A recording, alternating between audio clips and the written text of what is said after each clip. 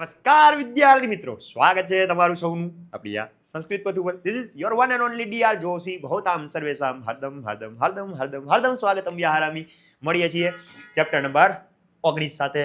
ધોરણ 10 નું નામ છે સત્યમ મયુરઃ. સાચે મોર છે, સાચે મોર છે, બરોબર. તો એ સત્યમ મયુરઃ નામનું ચેપ્ટર લઈને મળી રહ્યા છીએ પાઠ નંબર 19 માં. અને એમાં વાત એવી છે કે એક છે ભાઈ સાંડિલ્ય અને એક છે ભાઈ પરિવ્રાજક. હવે આ બેનો અર્થ શું થાય અને શું છે એ આપણે જોઈએ. તો કે ભગવદ અજ્જુકિયમ નામની એક બુક છે જે લખેલી છે બોધાયન. કોણે લખી છે? બોધાયન. બોધાયન નામના એક કવિ થઈ ગયા. એ કવિએ બુક લખી છે ભગવદ અજ્જુકિયમ, જે સંસ્કૃતમાં 10 પ્રકારના રૂપક આવે અને એમાં પ્રહસન એટલે કે હાસ્ય જન્મ આવતું એક રૂપક છે, નાટક છે, જેને પ્રહસન કહેવાય. એવું આ ભગવદ અજ્જુકિયમ છે. એમાં શું છે તો કે આવા ઘણા બધા રચાયા છે ભાઈ, બધી વાત તો છે જ, પણ આના રચયિતા કોને માનવામાં આવે છે? બોધાયનને. આ અજ્ઞાત કવિની ઘણા માને છે, પણ આપણે બોધાયનને યાદ રાખશું, બરોબર. એ ભગવદ અજ્જુકિયમમાંથી લેવામાં આવ્યો છે. ઈસવીસનની 4th સદીમાં બુક બની હશે કદાચ. હવે સાંડિલ્ય કોણ છે અને પરિવ્રાજક કોણ છે, આના વિશે આપણે ટૂંકમાં પૂછાતી હોય. આ પાઠ જેમ 8મો પાઠ ખૂબ જ આઈએમપી છે, એમ આ પાઠ પણ ખૂબ જ આઈએમપી છે, બરોબર. 8મો અને 19મો પાઠ. તો આ સાંડિલ્ય અને પરિવ્રાજક વિશે ખબર હોવી જોઈએ. તો સાંડિલ્ય કોણ હતો? સાંડિલ્ય નામનો એક બાળક છે જે ગરીબ પરિવારમાં જન્મો હતો અને સરળતાથી ખાવાનું મળી રહે એવી ભાવનાથી ઘર છોડી અને બહુ જ સાધુ બની ગયા. ખાવા પીવામાં બિચારાને તકલીફ પડતી, તો આરામથી ઇઝીલી ખાવાનું મળી જાય એટલા માટે બહુ જ સાધુ બની ગયો. પણ અહીં તો વારંવાર ઉપવાસ કરવાના હોય એટલે સાંડિલ્ય બોધ સાધુને વેશ છોડી અને પહોંચેલા યોગી સાધુનો શિષ્ય બને છે. અને અહીં પણ તેને તો ખાવામાં જ રસ છે, બરોબર. બોધ સાધુ ભેગો થઈ ગયો, પણ એ બોધ સાધુ બન્યો ત્યાં તો ઉપવાસ કરવા પડતા, ભાઈ ખાવા માટે જ ગયો તો. એટલે એ બિચારો એને છોડી અને બીજો એક કોઈ પરિવ્રાજક એટલે કે સંન્યાસી ભેગો થઈ જાય છે અને સંન્યાસીનો શિષ્ય બની જાય છે. અહીંયા છે તો એને ખાવામાં જ રસ, તો આ સાંડિલ્ય હતો. પરિવ્રાજક એટલે શું? તો કે પરી પ્લસ વ્રજ ઉપરથી બન્યો. પરી એટલે કે ચારે તરફને, વ્રજ એટલે કે ફરવું, બરોબર. તો જે માણસ સર્વસ્વનો ત્યાગ કરી પ્રવ્રજ્યા ગ્રહણ કરી અને સંન્યસ્ત આશ્રમમાં પ્રવેશ કરનાર વ્યક્તિને પરિવ્રાજક કહેવાય, એને સંન્યાસી પણ કહેવાય. હવે એ પોતાના પરિવારનો ત્યાગ કરી સંસારના કાર્યોમાંથી નિવૃત્તિ લઈ ભગવત ભક્તિ તપશ્ચર્યામાં જીવન ગાળે. ગુરુના રૂપમાં તે શિષ્યોના જીવનને સાચો બોધ આપે અને વિદ્યાનું મહત્વ અને સમયનો સદુપયોગ સમજાવે. આ ગુરુ સતત ભણવાની ફરજ પાડતા હતા. કોણ? આ જે પરિવ્રાજક સાંડિલ્ય હશે ને. રોજ ભિક્ષા લેવા માટે નગરમાં આવતા ગુરુ શિષ્ય એક દિવસ સમયથી વહેલા આવી ગયા. તો શું થયું ભાઈ, જે નગરનો ગેટ હોય એ ગેટ બંધ હતો, એટલા માટે એ સમયમાં બગીચામાં બેસીને થોડુંક ભણી લેવાનું શિષ્યને કીધું. પણ સાંડિલ્યને તો ક્યાં ભણવું હતું, તો એ બહાનાબાજી કરે છે ને એમાંથી આપણે હાસ્ય જન્મશે. સંવાદ ઉપરથી વાતનો ખ્યાલ આવે છે કે બાળપણમાં માતાએ કહેલી વાતની ગંભીર અસર કેટલી થતી હોય બાળક ઉપર. આપણે ઘણી વખત બાળકોને નાના અને ડરાવવા માટે કોઈ વાત કહેતા તેની ગંભીર અસર થતી હોય, એની વાત આમાં જોવા મળશે. અને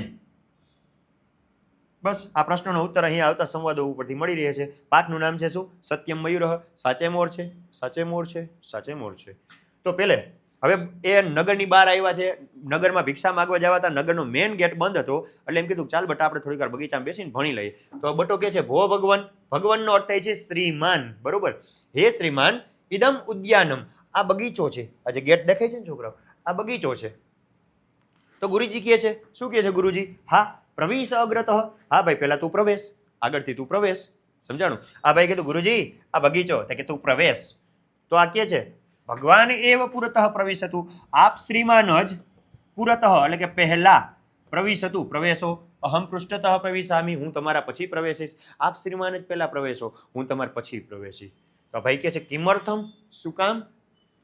અને સાંડિલ્યભાઈ કહે છે કે પૌરાણિક્યાહ મમ માતુઃ સુતમ. પુરાણોને જાણનારા મારા મમ્મી પાસેથી સાંભળ્યું છે. શું સાંભળ્યું છે? અશોક પલ્લવાંતર નિરુદ્ધ. અશોક વૃક્ષની પાંદડાની પાછળ છુપાયેલો કોણ? વ્યાઘ્રહ, વાઘ. પ્રતિવસતી, વસે છે. પુરાણને જાણનારા મારા મમ્મી પાસેથી સાંભળ્યું છે કે અશોક વૃક્ષની પાછળ છુપાયેલો એક વાઘ રહે છે. અતઃ એટલા માટે ભવાન એવ પુરતઃ પ્રવિશતું. આપ જ પહેલા પ્રવેશો. અહમ પૃષ્ઠતઃ પ્રવિશામી, હું તમારા પછી પ્રવેશી. સમજાય છે? પુરાણો જાણનારા મારા માતા પાસેથી મેં સાંભળ્યું છે કે આ આસોપાલવની પાછળ છુપાયેલો ટાઈગર અભી જિંદા હે, બરોબર, વાઘ રહે છે. એટલા માટે પહેલા તમે પ્રવેશો, પછી હું પ્રવેશું. ખાઈ તો પહેલા તમારો નાસ્તો કરે ને હું બચી જાઉં. આ વાત કરી છે. જો મમ્મીની વાતની કેટલી અસર થાય. આપણે નાના બાળકો હોય તેને ડરાવતા ને, એ સુઈ જા બાગડો આવશે, એ સુઈ જા, હું હમણાં રાતનો વાળી કોનીમાં હોય અંધારાને માને બોલાવું, આવું બધું કહી અને બાળકોને બીવડાવતા હોય. ઘણી વખત કે સુઈ જા બાકી બાગડાને બોલાવું, એમ કરીને છોકરાને સુવડાવે. એ કે નથી સૂતો ને, હમણાં બોલો એ બાગડા અહીંયા આવતો, એમ કે તાતા પપ્પા બાયણું ખોલીને આવે. હા મને બોલાવ્યો. બાપાને ઘણી વખત બાગડા બનાવી દેતા હોય, બરોબર. પણ માતા નાનપણમાં જે કે એની આવી અસર થાય છે. આપણે વાત એટલી છે, પુરાણ જાણનારા મમ્મી એમ કીધું હતું, આસોપાલવની પાછળ છુપાયેલો એક વાઘ રહે છે, એટલા માટે ભાઈ તમે પેલા પ્રવેશો, હું તમારા પછી પ્રવેશું છું. સન્યાસી બોલ્યા બાઢમ. બાઢમ એટલે કે ભલે. બાઢમ એટલે શું થાય? ભલે. પ્રવિશતિ એટલે કે પ્રવેશે છે, અને તતઃ એટલે કે તેના પછી પ્રવિશતિ પ્રવેશે છે સાંડિલ્ય. તો પેલા ગુરુ પ્રવેશે છે અને એની પાછળ સાંડિલ્ય પ્રવેશે છે. તો ગુરુ અને સાંડિલ્ય બે હવે ગાર્ડનમાં આવી ગયા. આવી ગયા ને? હા. તો હવે હવે જેવો આવ્યો ને તો બાજુમાં એક મોર ઉડતો ઉડતો નીકળો. ના ભાઈ ડરી ગયો, એમ તો પહેલેથી જ ડરતો હતો, તો પાછો ડરી ગયો. અવિહા એટલે કે અરે રે, વ્યાઘ્રેણ ગૃહિત અસ્મિ, વાઘે મને પકડી લીધો છે. વ્યાઘ્રેણ વાઘ વડે ગૃહિત પકડાયો છું. અહમ એટલે કે હું વાઘ વડે પકડાયો છું, કે વાઘે મને પકડી લીધો છે. મોચયથ છોડાવો. ક્યાંથી છોડાવો ભાઈ? મામ મને, વ્યાઘ્ર મુખાત વાઘના મોઢામાંથી. અરે રે, વાઘે મને પકડી લીધો છે, આ વાઘના મોઢામાંથી મને છોડાવો. અનાથ ઈવ વ્યાઘ્રેણ ખાદિતોસ્મિ, આ અનાથની જેમ આ વાઘ મને ખાઈ જશે. જેમ કેમ કોઈ બાળક અનાથ હોય એનું કોઈ ધ્યાન ન દે, એને ગમે આવીને ટાપલી મારીને વયા જાય, બિચારું એનું કોઈ હોતું નથી, એને ગમે એ પરેશાન કરે, કેમ કે આ અનાથની જેમ વાઘ મારે કોઈ છે જ નહીં, મને અનાથની જેમ ખાઈ જશે. ઈદમ ખલુ રુધિરમ પ્રસ્રવતી કંઠાત, અરે રે, આ તો મારા ગળામાંથી લોહી પણ વહેવા માંડ્યું. આવું બધું કરવા માંડ્યો ભાઈ. આમાંથી કાંઈ થતું નહોતું, બરોબર. ખાલી એક મોરલો નીકળો.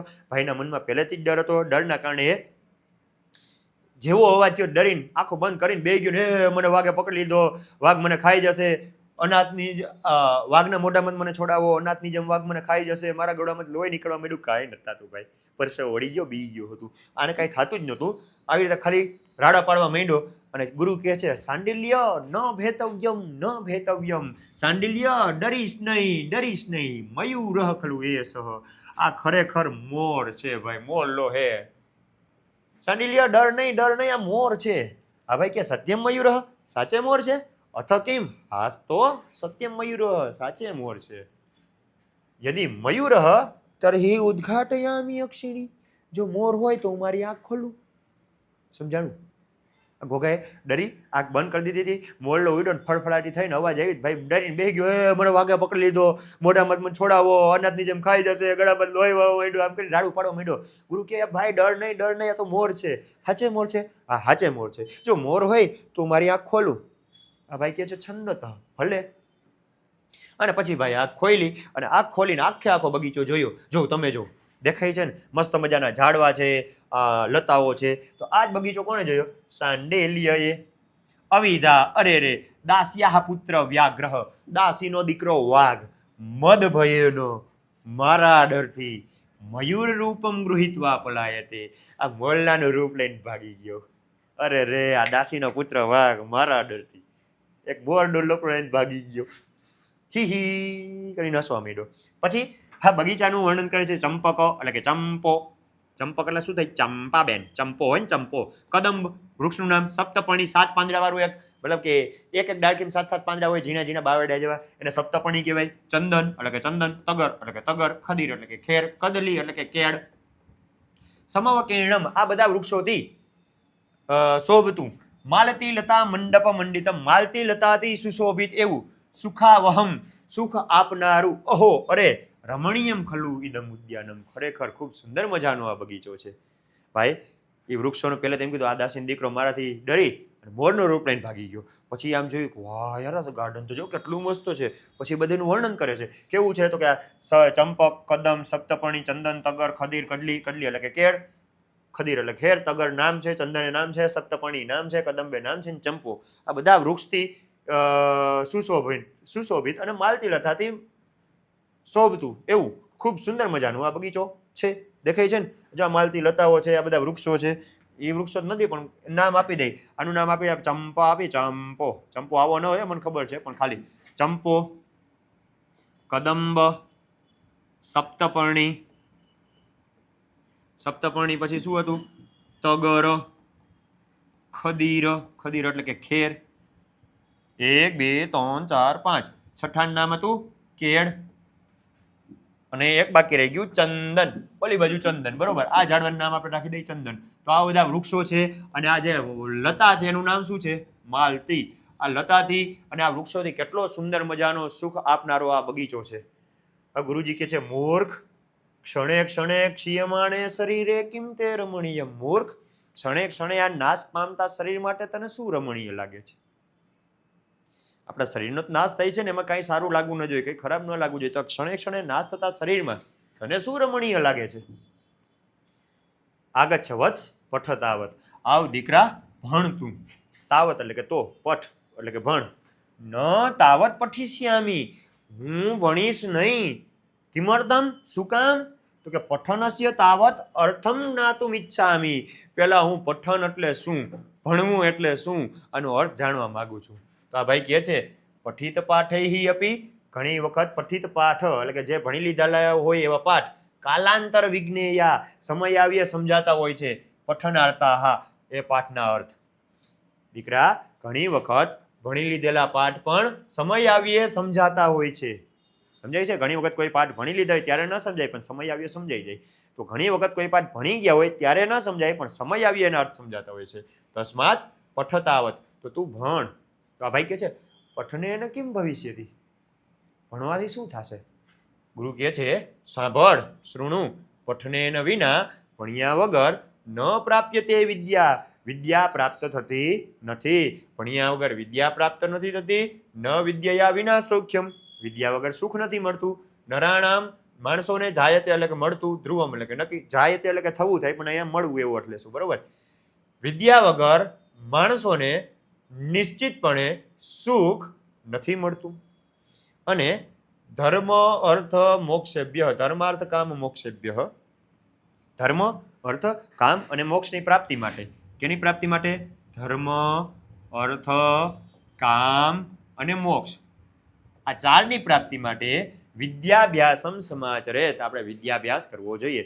દીકરા, ભણ્યા વગર વિદ્યા નથી મળતી, વિદ્યા વગર માણસોને નિશ્ચિતપણે સુખ પણ નથી મળતું.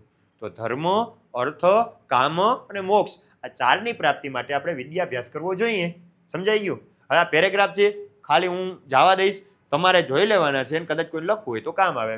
એક પેરેગ્રાફ, આનું ભાષાંતર પૂછાશે હો છોકરાઓ આ પાઠમાંથી, એટલે ભાષાંતર કરવું પડશે. એનું ભાષાંતર સ્ટોપ કરી સ્ક્રીનશોટ પાડો પાડી લેવાનો, અથવા તો આપણે શું કહેવાય ઓલું સ્ટોપ કરીને લખવું લખવા માંડવાનું. આ બીજો પેરેગ્રાફ, એના પછીનો અરે રે વાગે પકડી લીધો, અરે રે વાગે પકડ્યો છે, હાથના મોઢામાં વાઘના મોઢામાં છોડાવો. આ બીજો પેરેગ્રાફ દેખાય છે ને? આ ત્રીજો પેરેગ્રાફ છેલ્લે સુધીનો, અને આ થઈ ગયું એનું ભાષાંતર. વિદ્યા વગર મનુષ્યોને સુખ પ્રાપ્ત નથી થતું એ નક્કી છે. ધર્મ અર્થ કામ ને મોક્ષની પ્રાપ્તિ માટે વિદ્યાભ્યાસ કરવો જોઈએ. ડન. હવે એના આપણે એમસીક્યુ પૂછાતા નથી, ખાલી સ્વાધ્યાયમાં છે એટલે હું કહી દઉં છું. સાંડિલ્ય કેનાથી ભય અનુભવે છે? વાઘથી. ક્ષણે ક્ષણે ક્ષીયમાણે શરીરે. કેના વગર વિદ્યાને સુખ નથી, કોના વગર માણસને સુખ નથી મળતું? વિદ્યા વગર. પુરતઃ શબ્દનો વિરોધી શબ્દ શું થાય? પુરતઃ એટલે કે આગળ, પૃષ્ઠતઃ એટલે કે પાછળ. એના પછી સાંડિલ્ય છે, એને ક્યાંથી રુધિર વહવા માંડ્યું? ગળામાંથી. ગળામાંથી, માથી શબ્દ આવ્યો ને તો માથી પાંચમી વિભક્તિ છે એટલે કંઠાત આવે. વ્યાઘ્ર મયુર રૂપ લઈને ગૃહિતવા, લઈને ભાગી રહ્યો છે. યદિ મયુર હોય તો મારી આંખ ખોલું. આમાં અક્ષિણી માટેનો શબ્દ કયો છે? નેત્રાણી એટલે કે ઘણી બધી આંખ, નેત્રે એટલે કે બે આંખ, નેત્રમ એટલે કે એક આંખ, ને નેત્રસ્ય એટલે કે આંખ નહીં. તમારા આન્સર આવશે નેત્રે. એના પછી ક્યાં છુપાયેલો વાઘ ઉદ્યાનમાં વસે છે? તો કે અશોક પલ્લવાંતર. અશોક પલ્લવાંતર. જો આ એટલા માટે છે કે તમારે લખવું જ કામ આવે, બાકી આમાંથી સંસ્કૃત પ્રશ્ન નથી પૂછાતા, આમાંથી એમસીક્યુ નથી પૂછાતા. ઉદ્યાનમાં પહેલા કોણ પ્રવેશે છે? પરિવ્રાજક પ્રવેશે છે ભાઈ, પરિવ્રાજક. એના પછી સાંડિલ્ય કોને વાઘ માને છે? મયુરમ. કમની જગ્યાએ શું આવી જાય? મયુરમ. વિદ્યા વગર માણસને શું નથી થતું? સૌખ્યમ કે સુખમ, સૌખ્યમ ન જાય તે, બરોબર, સુખ નથી મળતું. કૃદંત લખો, તમ એટલે કે કર્મણી ભૂત કૃદંત થાય કે નહીં? થાય. ભેતવ્યમ, યમ આવ્યો એટલે કે વિદ્યર્થ. એના પછીમાં રમણીયમ, એમાં વિદ્યર્થ. એના પછી નિરુદ્ધ, પાછળ વિસર્ગ એટલે કે કર્મણી. પાછળ વિસર્ગ પણ ય છે એટલા માટે સંબંધક. ડન. આ બધા કૃદંતના નામ છે, આખા નામ તમારે લખવાના, હું તો નહીં લખું. સાંડિલ્ય ઉદ્યાનમાં પ્રવેશતા હું કામ અનુભવે છે ભય? તો કે એના પુરાણ જાણનારા માતા પાસેથી સાંભળ્યું હતું કે આસો પાલવની પાછળ છુપાયેલો એક વાઘ રહે છે. વાઘે પકડો એમ માનીને સાંડિલીએ કેવી બૂમો પાડે છે, એ મને વાઘે પકડી લીધો, એના મોઢામાં મને છોડાવો, ગળામાં લોહી નીકળવા માંડ્યું, અનાથની જેમ ખાઈ જશે. સાંડિલીએ કરેલું ઉદ્યાનનું વર્ણન, ભાઈ બગીચાનું વર્ણન કર્યું હતું ને કે ભાઈ ચંપક, કદંબ, સપ્તપર્ણી, તગર, ખદીર, ખેર, કેળ આ બધા વૃક્ષોથી ખૂબ સુંદર અને માલતી લતાથી સુશોભિત કેવો સુંદર અને સુખ આપનારો આ બગીચો છે એનું વર્ણન થઈ ગયું. પઠનનો અર્થ કોણ અને ક્યારે સમજી શકે? પઠનનો અર્થ જે ભણી ગયા હોય તે લોકો. કોણ? જે ભણી ગયા હોય તે સમય આવીએ સમજી શકે છે. વિદ્યાભ્યાસ શા માટે કરવો જોઈએ? તો કે વિદ્યા વગર સુખ ન મળે. ધર્મ, અર્થ, કામ અને મોક્ષની પ્રાપ્તિ માટે વિદ્યાભ્યાસ કરવો જોઈએ અને પાઠ પૂરો કરવો જોઈએ. આઈ થિંક સમજાણું હશે તો મિત્રોને લિંક શેર કરી દેજો, મોકલતા રહેજો, લાઈક કરજો, સબસ્ક્રાઇબ કરજો. Thank you. જય હિન્દ, જય ભારત.